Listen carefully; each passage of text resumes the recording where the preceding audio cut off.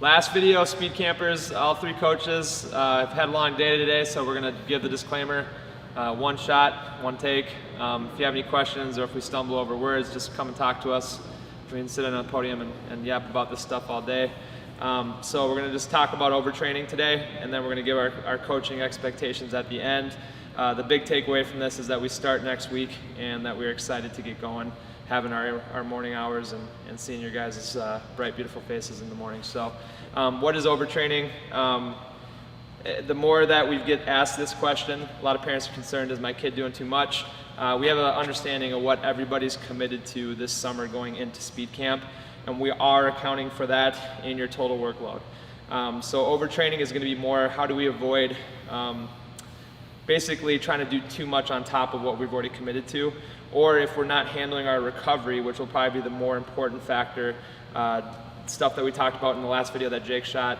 How do we, if we have that on point, how do we not have any overtraining happen? So the big thing is, if you do the recovery work, it's going to be very, very, very hard to be technically overtraining, which is actually a medical condition that has been researched, that they say your central nervous system is so broken down and your hormones are so out of whack that you actually will continually get worse and worse as you work out harder and harder. So chronic overload and chronic fatigue. So it's going to be very rare that this happens if you're doing your recovery work and you're following our instruction on not doing more than you're asked for. But just as a precautionary tool, we wanted to send this video out and talk about what is overtraining and how do we avoid it. So the big thing, the symptoms that you see up here today, we want to take this stuff into account and evaluate. It's like a total accountability. So if you just have one of those symptoms and it's not chronic, we're not going to really worry about it. But if you start matching up on a bunch of these things on the list, talk to Mike, talk to Jake, talk to myself, talk to somebody, okay? So first up, how are we waking up? Okay, so when you wake up in the morning, are you chronically throughout the summer feeling tired, feeling lethargic, feeling depressed about having to start your day?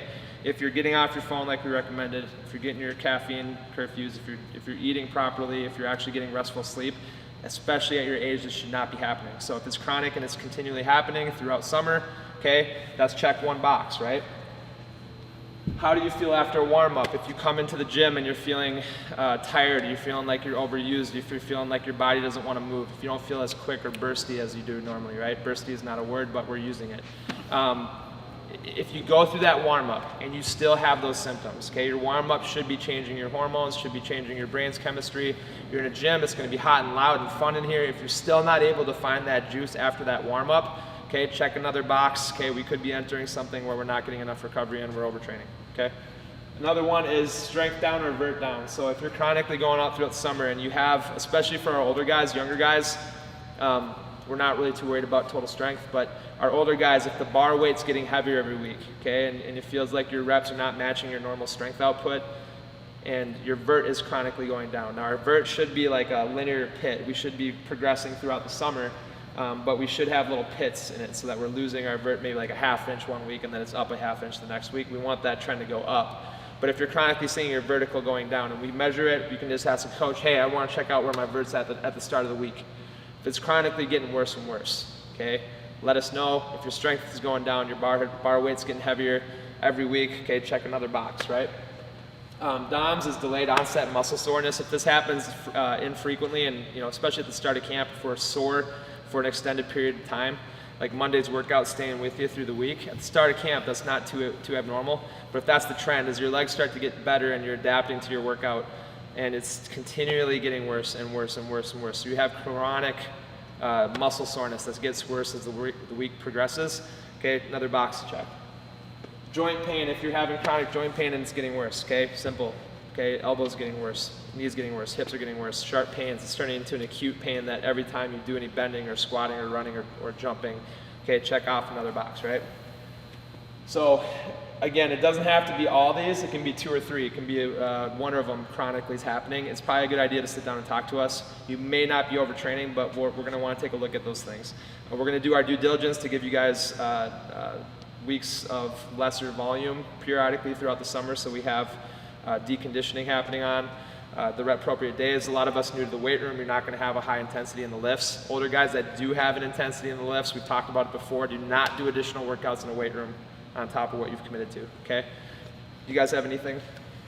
on that stuff? No, just let us know. It's huge for us. You guys know communication is key, so just be transparent with us. It's very important to us. Yeah, and you guys are going to see them in the weight room every day. Right. So, I mean, you guys are going to know if their bar weight's getting heavier. These guys are observing you every day. But again, if it's a busy weight room and they're running around, hey, coach, I feel a little bit off today. Talk to them and they will give you adjustments. That's the most valuable thing you can use these guys for, is additional spotting, or just telling them, hey, the bar weight's suffering today. What should I do? Okay, let's do this instead today. Let them help you, okay? So how do we avoid this? Okay, recovery mindset versus growth mindset. What I'm trying to say there is a lot of our athletes, we get into a competitive mindset and we feel like we're failing or we're weak if we're not absolutely destroying our body every workout. We feel like we have to push things to the limit. It's kind of the no pain, no gain mentality that's kind of stayed with us throughout the last few decades. We want to get away from that in this gym. We've talked about it a lot of the times. I want you guys to feel like, especially when you're in the speed camp this summer, is that when you're done with your lifts, you have a recovery mindset, that we feel like we're leaving the gym better than when we came in. The joints feel lubricated, the body feels good, we feel like we have great mobility. Now, having a little soreness at end range of motions or anytime you're stretching is normal, but we should be feeling way better off than when we came in. Okay, you should feel like you're ready to attack your day, and that all it is I'm a little hungry, might want to take a nap. Okay, that's the worst symptoms you have. Okay, so let's think about recovery more than growth mindset, so not feeling like we always have to punish ourselves when we're in the weight room. Okay, 80% of lifting fatigue or failure is what our goal is every set, every rep, as a general watermark. How we quantify that is 2 reps away from failure. So if I could do, let's say, 20 push-ups, and that was 21 would be the rep I fail on. We're asking you to get to 18, okay, on your sets in terms of feeling, okay? You may have days where you're not as strong that day and you feel like, okay, I'm getting close. Cut it off early, okay? Don't go to that failure rep consistently, okay? Unless you're a very highly developed athlete or you have Coach Mike or Coach Jake in your ear saying, you got another one, okay, we got more, you're looking good, and they're pushing you past that barrier. That's a coaching decision that they are qualified and have the experience to make, and they'll let you do that. Otherwise, your job is to get to that 2 reps away from failure or mental loss, okay? If you're lifting and you feel like they cannot coach you in that moment, okay, there can be a lot of weight room time with these guys this summer. If they're trying to tell you, hey, get your hips back first, open up your hips, and you can't do that action, okay, we're either too heavy or we're overtrained or we're too not ready for that lift, okay? So they should be able to coach you guys in real time, and you should be able to make those compensations happen, okay? Last thing, 2 more. Talk to a coach for day-to-day adjustments. That's what we talked about before, is these guys are experts at making sure that adjustments can be happen off of a written manual, or if you go off of manual and ask for a book. People who've been here for a while, we know that. People who are new to this camp, it is not written in stone. If you need an adjustment, tell them please, and they will make that adjustment happen, and you will leave here feeling better. So make sure we're communicating. Don't do additional workouts as discussed before summer. So again, we know your total workload. We know some of you guys are doing stuff with your high school in the morning. We've taken that into effect, and we're putting that into our manuals. We're putting that into the workouts. We're considering those things. But don't, on top of that, say, hey, I didn't do enough sprints for myself. I'm going to go out and do some extra stuff because I want to get in better shape. I'm worried about a deadline coming up. I'm not worrying about being in enough shape. I'm going to go run 3 miles on top of the day. Trust what you signed up for. Trust the investment. Trust that we know what we're doing, and you're part of the best speed program in this part of the state. So if you trust those things, we're going to get you to your deadlines. We've never had somebody who executes day-to-day workouts and day-to-day speed classes and they go to camp unprepared. Okay, so trust that product and don't do additional work. Okay, so that's our piece on overtraining. We're going to finish off with expectations. Let's have Mike start us off. Let the people know. Yep, so for some of you guys who haven't met me yet, I'm Coach Mike. I'm glad to get in front of a camera and finally meet some of you guys. So my expectations, number 1 is 90 minutes of focus. So as you already probably know, from start to finish, it's a 90-minute class 3 times a week. And then additional lifting on top of that. So what I want out of that, and we all kind of expect the same things out of each other, but specifically that 90 minutes of focus in the speed class. But then when you get into the weight room, there's 4 of us. We have Coach Steven here too, but there's only 4 of us interns, and then about 100 of you guys, some that aren't even part of speed program, that are still in the weight room. So it's going to be a busy weight room. You're going to have to be independent at times. You're going to have to ask other people besides the interns and us strength coaches that can help you with remedial drills or whatever. So when you're here, be present, be focused, have that work mentality, okay?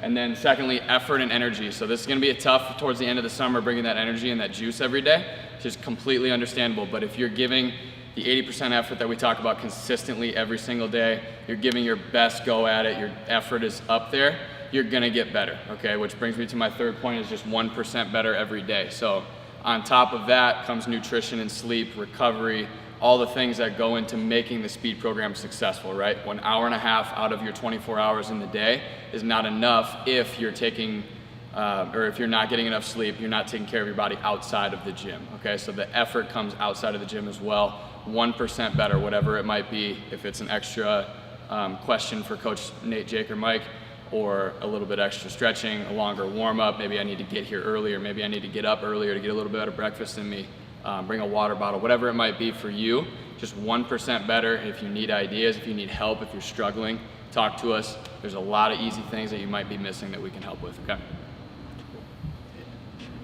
So my expectations, guys, one's be on time. With our normal gym model, we have the ability to show up when we want, and maybe show up a little late than what we signed up for. As a part of a group, which goes off the template of what we normally operate, everybody's kind of expecting you to be there on time so we can learn together and we don't have to slow the camp down to relearn drills or reteach things, okay? So be consistent, be on time, right? That's a big part of the summer.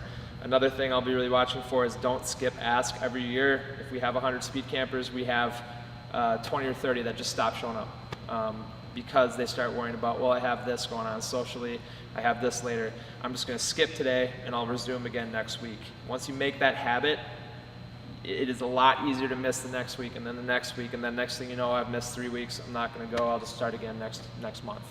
So don't skip, ask. If you have something going on, you get done with speed, ask coach, what's the least amount of work I need to do in the weight room today to make sure I'm taking steps towards my goals? It may just be a couple sets of something. Take 10, 15 minutes, and then you can take off for the rest of the day, okay? We have that availability, you have that ability to tell us, okay? So don't skip, ask a coach. Oftentimes we're gonna help you provide a solution. Even if it's a speed camp thing, you have a practice later on the day, you're worried about a big game coming up. Okay, come in, okay, what should I be doing today? I have this game tonight, I'm a little tired. Okay, let's just do these speed workouts, 20 minutes a day, we'll stretch you, roll you out, get you out the door, okay? So don't skip, ask. Last one is something that's true to all of our hearts in the gym here, is be consistent over being intense, okay? If you're the 1%er who can bring that juice every day, if you're a Steve McGuigan type guy, and you can be consistent, and he's the loudest guy in the room half the times, that's a rare commodity to have in most of our athletes. So we'd rather have you, rather than trying to always put pressure on yourself to come in and destroy your workout every time you're here. We tend to see people not be as consistent if that's their scale for success. We'd rather have your scale of success start with consistency and then build intensity from there. So my big thing is, if I see you miss one day, I'm gonna get on you. I don't wanna see you once a week come in here hollering and hooting and talking about being the fastest guy in the state and then missing the next 2 days, okay? So make sure those 3 things happen. We'll be happy coaches on my side. Coach Jake? All right, guys, my expectations. First one is fairly surface level, but it's very important. I like to say that snacks save lifts. First things first, you have to bring a snack to eat a snack, okay? What this means is, in between speed and a lift, or even in between your sets in general, okay? Every workout I do, I have a snack to eat in between it. Because if you guys are true athletes, if you're trying to live out this athlete lifestyle, food is fuel. Okay, so if you're feeling lackadaisical, you're feeling a little bit nauseous, a little bit down during your workout, I guarantee you that a snack will not hurt, okay? So least thing you can do for yourself is bring a banana and peanut butter. If you need it, you have it. If you don't need it, great, you feel good your whole workout, you're fine. If you're feeling a little bit down, you get into that dip, you get a little lightheaded, you go have your snack and you come back and you're ready, you're refueled. All right, so snacks save lifts. Let's bring snacks, let's eat them. Second one for me is form over function. What this means is, and I'll tell you guys every day of the week, I do not care how much you lift. Okay, I'm not a numbers guy, I am a form guy, and all of us are. Okay, we love to see people putting up 500-pound deadlifts, that's fine. I'd rather see you hit 300 pounds with perfect form than 500 with crappy form. Okay, so form over function. I want to see the form perfected before you guys move on to those big heavy lifts.